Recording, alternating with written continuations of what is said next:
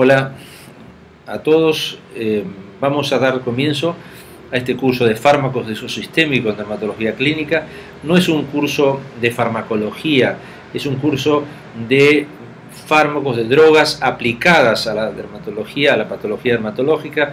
Vamos a hablar de algunas características de las drogas, vamos a hablar de las indicaciones, precauciones, posologías, presentaciones, en fin, cosas que hacen a nuestra práctica cotidiana, alternándolo con alguna anécdota puntual y con la observación de nuestros pacientes, que en definitiva es digamos, el perfil práctico que le queremos dar al curso.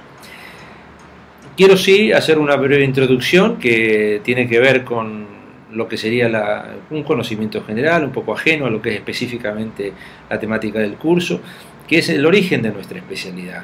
Nosotros como dermatólogos, digamos, obviamente amamos, queremos la dermatología y es bueno conocer cuándo nació la especialidad. Hubo dos personajes, uno Robert William en Londres y otro Jean-Louis Dalibert en Francia, París, Francia, quienes con sus discípulos empezaron a desarrollar la especialidad en épocas, particularmente alrededor de los 1800, en donde la especialidad todavía como tal no existía. Si bien había descripciones de enfermedades dermatológicas, no estaban ellas agrupadas en una especialidad. Robert William, que fue un inglés digamos, con una gran visión sobre la especialidad, intentó y describió de hecho 4 órdenes de enfermedades de la piel: pápulas, escamosas, exantemáticas y ampallares, y publicó este sistema clasificatorio en 1798. A tal punto tuvo impacto su clasificación que ese año se lo refiere como el año de la fundación de la dermatología. Él reunió toda esa información en una obra que se llamó Sobre enfermedades cutáneas, que se publicó en 1808. Este es el sitio. Inglaterra es un país, Europa en general, de reconocer a sus prohombres, y de hecho, fíjense ustedes, aquí está el sitio en Londres donde Robert William desarrollaba su actividad. Durante muchos años su retrato estuvo en la portada de la revista British Journal of Dermatology, que es y seguramente seguirá siendo una de las revistas de mayor impacto de nuestra especialidad.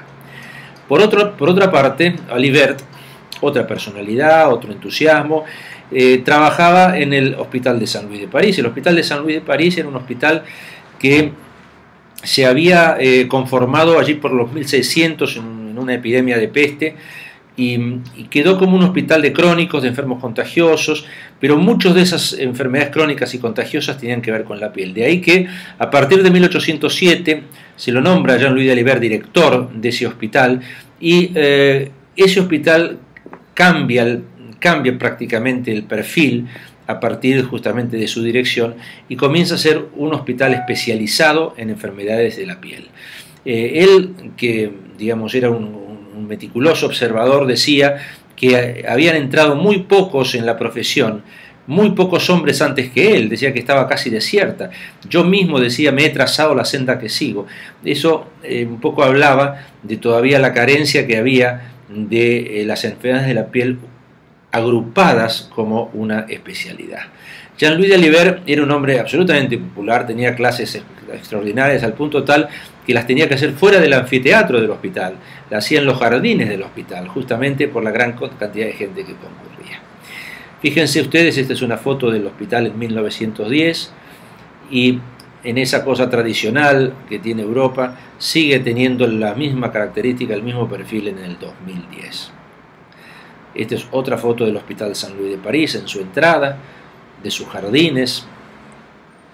El Hospital de Saint-Louis de París fue un hospital, un ícono de la especialidad, no solamente porque ahí un poco nace gran parte de la dermatología, sino porque fue el sitio donde se realizó el primer Congreso Mundial de Dermatología.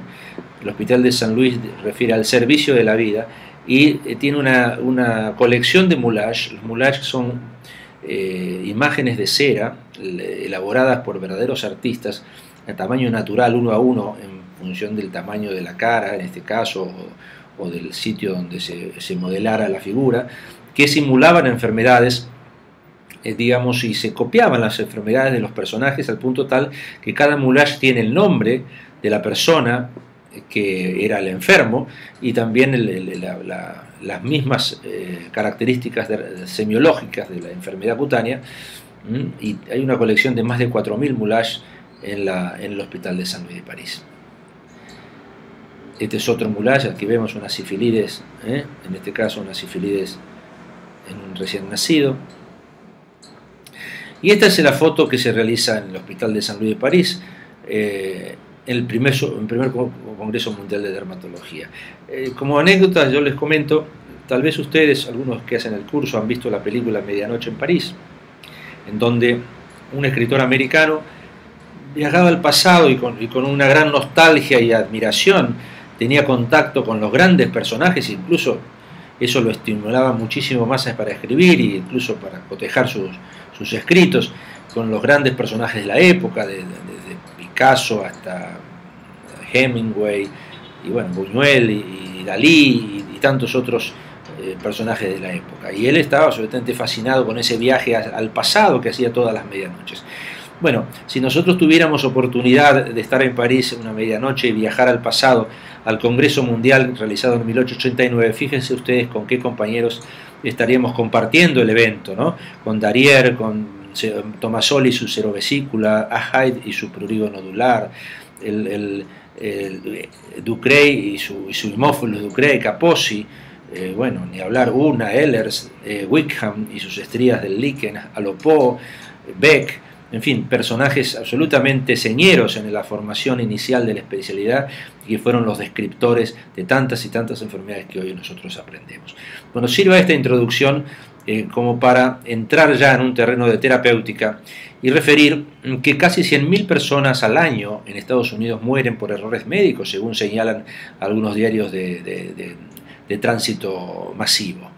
Y la ignorancia es una de las causas más importantes de los errores que cometemos los médicos. Ahora bien, ninguno de nosotros está libre de equivocaciones.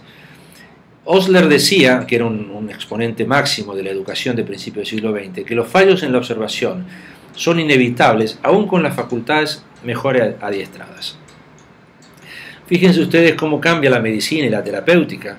Aquí tenemos gotas de cocaína creadas en 1885 para aliviar dolores de dientes y niños que estaban en la publicidad de esas cocaínas, de esas gotas de cocaína. Inclusive la cocaína se distribuía en un perfume que se llamaba cocaína en flor, en donde se refería que si el hombre se lo ponía, la mujer quedaba absolutamente seducida y era una especie de amuleto que le ganaba a simpatía.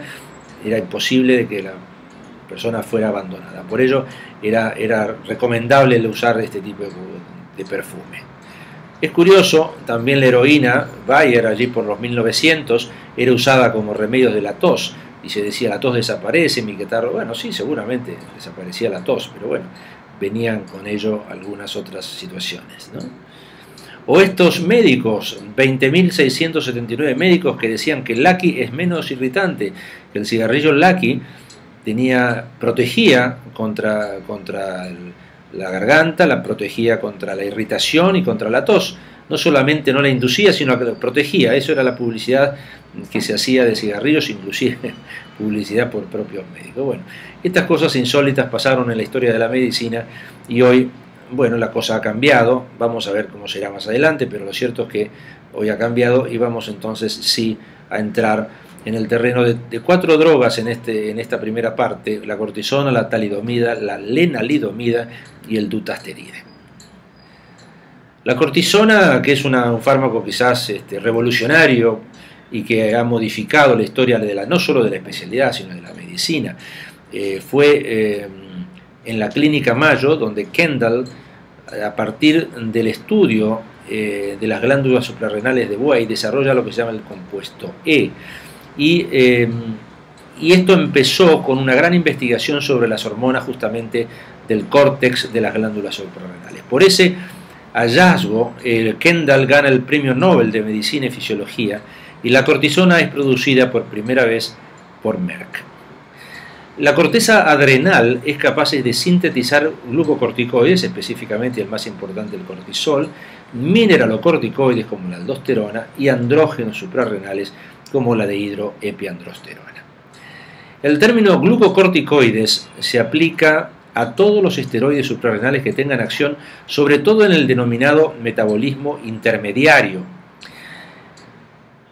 Este metabolismo intermediario es aquel metabolismo que tienen en común las células y que les sirve para que dentro de esas células se produzca la síntesis, la degradación y la conversión a metabolitos de una serie de sustancias que generan, fundamentalmente energía y metabolitos que son importantes para la vida. El principal glucocorticoide es el cortisol o la hidrocortisona. Los mineralocorticoides más importantes están relacionados con la retención de sodio y agua. Y fíjense ustedes, si nos preocupamos específicamente por los glucocorticoides, estos tienen propiedades varias, propiedades antiinflamatorias relacionadas con las acciones del tejido microvascular, inhibición en la producción o acción de mediadores locales de la inflamación, de las linfoquinas y prostaglandinas, y alterar, por supuesto, la inmunidad celular y la inmunidad humoral.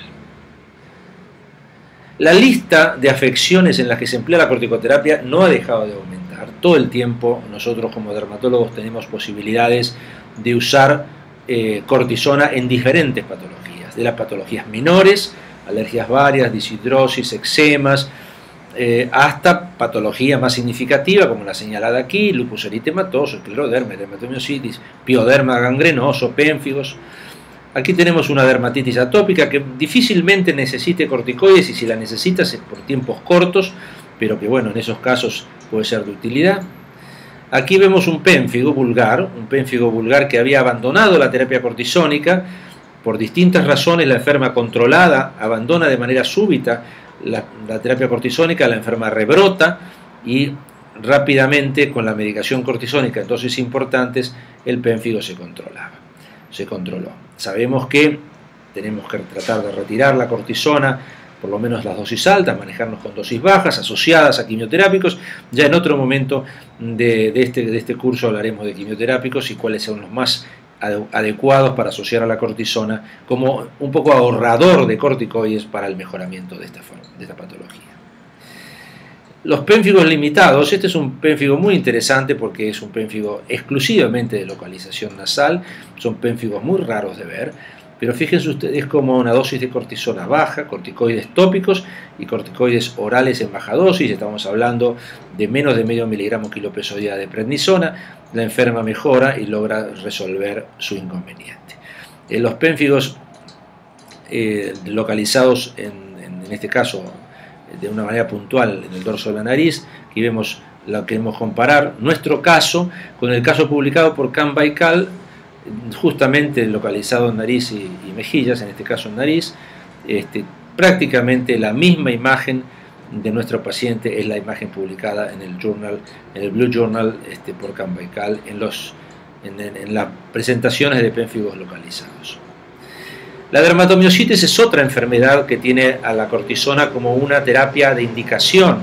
Esta es una foto, quizás una pequeña perla, es una foto de un niño, aquí, la foto más antigua que hemos podido rescatar, publicada en una revista de niños de especialidad pediátrica, con una dermatomiositis, con un informe global de la mala situación en la que se encontraba el niño, con la atrofia muscular y sus retracciones inclusive.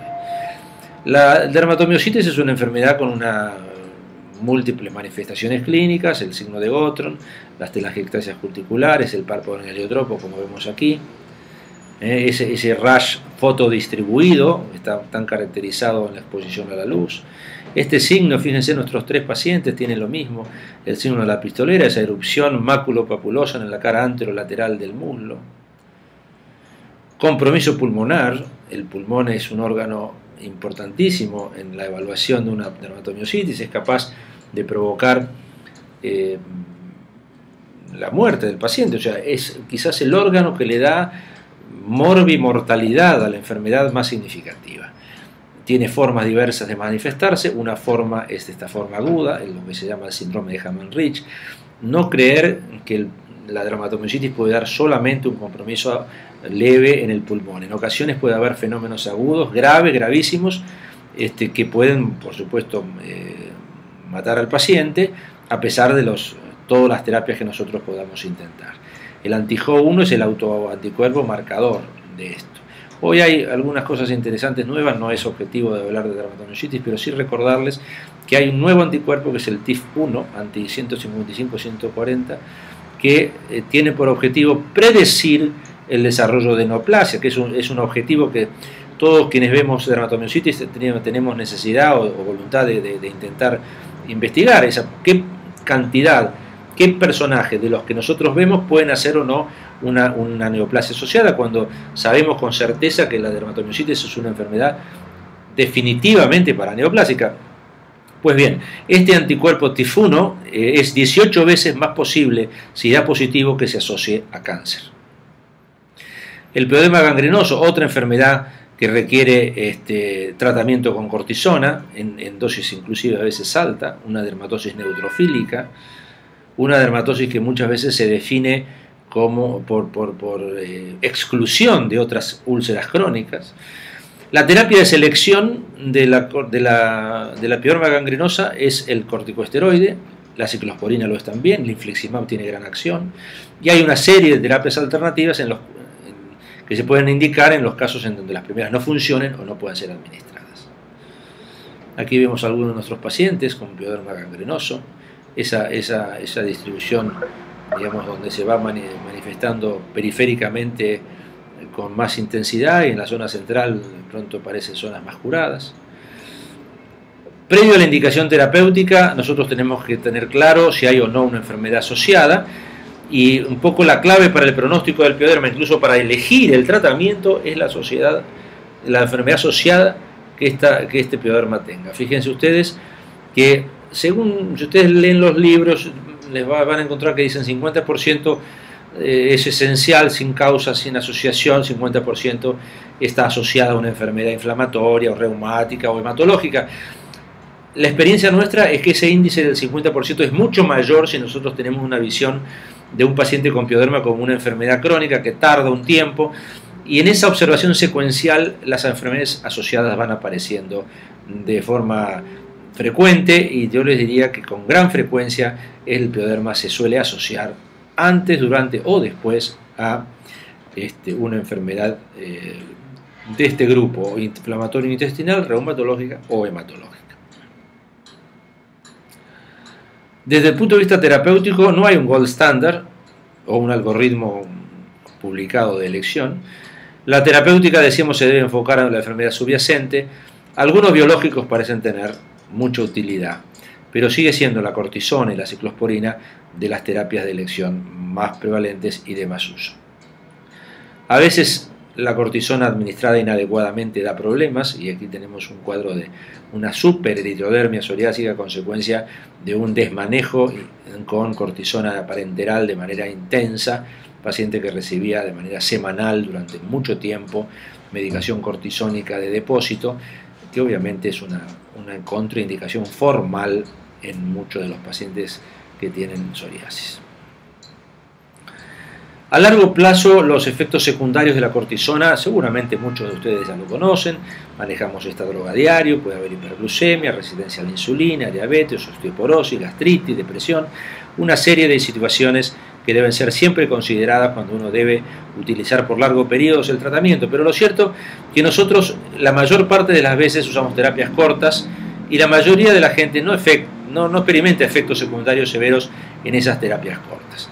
Los efectos secundarios suelen ser predecibles en las terapias cortas y casi siempre reversibles. Esta es una nota muy interesante que tiene que ver con las equivalencias. Nosotros en líneas generales, cuando usamos medicina parenteral, usamos la metilprednisolona o eventualmente usamos la prednisona, pero bueno, si tenemos azacortido o tenemos deflazacor o tenemos una betametasona, quizás estos sean los corticoides que nosotros más usamos desde el punto de vista general, oral o parenteral, pero le insisto, si en el caso que tuviéramos necesidad de usar otro tipo de cortisona, tenemos aquí un índice, una tabla de equivalencias, y en este sitio que está aquí abajo, que les refiero, donde dice calculadoras / corticoides, automáticamente uno pone la dosis por ejemplo, de metilprednisolona que quisiera usar, y le sale de manera automática, si marca el corticoide alternativo, la dosis equivalente que tiene que darle si utiliza otro corticoide. Pasamos a la talidomida. ¿Y qué nos encontramos con la talidomida? Bueno, nos encontramos con una de las drogas que fue responsable de una de las catástrofes médicas más importantes de todos los tiempos, ¿no? Esos miles de nacimientos de bebés afectados de focomielia que, digamos, todavía siguen deambulando por el mundo, ¿no? Fue una situación así de dramática, y si alguna cosa mala o buena podía tener ese drama, es que a partir de allí se generaron una mucha mayor exigencia en los ensayos clínicos, se obligó a hacer ensayos en animales previo a los humanos, en fin, se modificó para bien todo el sistema de precauciones y de cuidados antes de someter a un fármaco a la gente. Fíjense ustedes todavía, ¿no? Estas son unas imágenes del 2008 y esto es un Newsweek del 2010, del 2011 o 12. Fíjense ustedes, todavía hay gente que busca resarcimientos, que busca justicia, que busca algún tipo de reconocimiento frente al drama que tuvo que afrontar a lo largo de la vida a partir de este fármaco. Y hay inclusive hallazgos bastante interesantes y tristes, por otra parte, donde el laboratorio Grunenthal, que era el laboratorio alemán, tenía vínculos con los nazis y de alguna manera lo refiere en la revista Newsweek como uno de los peores escándalos de todos los tiempos, ¿no? La talidomida se puso en el mercado con el nombre de Contergan, y como decíamos, a partir de la catástrofe hubo mejores posibilidades de desarrollar ensayos clínicos para mayor seguridad en la gente. Hoy la talidomida sabemos que tiene un efecto inmunomodulador, antiinflamatorio, inhibe la producción de interleuquina 1,12 y TNF, y tiene una serie de indicaciones médicas. Quizás la más importante es el eritema nodoso leproso, el que hace ya muchos años que se utiliza con gran éxito, pero hay otras muchas enfermedades de la especialidad. Yo destaco el lupus eritematoso discoide, la aftosis recurrente, al prurigo nodular, entre otras, con gran respuesta a la talidomida. Nosotros hace muchos años ya, quizás fuimos de los primeros en Argentina que usamos la talidomida para el tratamiento del lupus eritematoso discoide. En principio lo usábamos en la variante túmida de la enfermedad. Los efectos secundarios de la talidomida: quienes usamos talidomida y que lo indicamos con frecuencia, hemos visto prácticamente todos estos efectos colaterales, pero hay uno de ellos que tiene que tener hay que prestarle particular atención, que es la neuropatía periférica, y que eso es importante de considerarlo porque no es reversible. Entonces, cuando aparecen hormigueos, cuando aparecen adormecimiento, alguna situación en los miembros, en un paciente que toma talidomida, debemos entonces sí suspenderle la medicación de manera inmediata, para que no siga avanzando o que el problema no se genere otro problema mayor.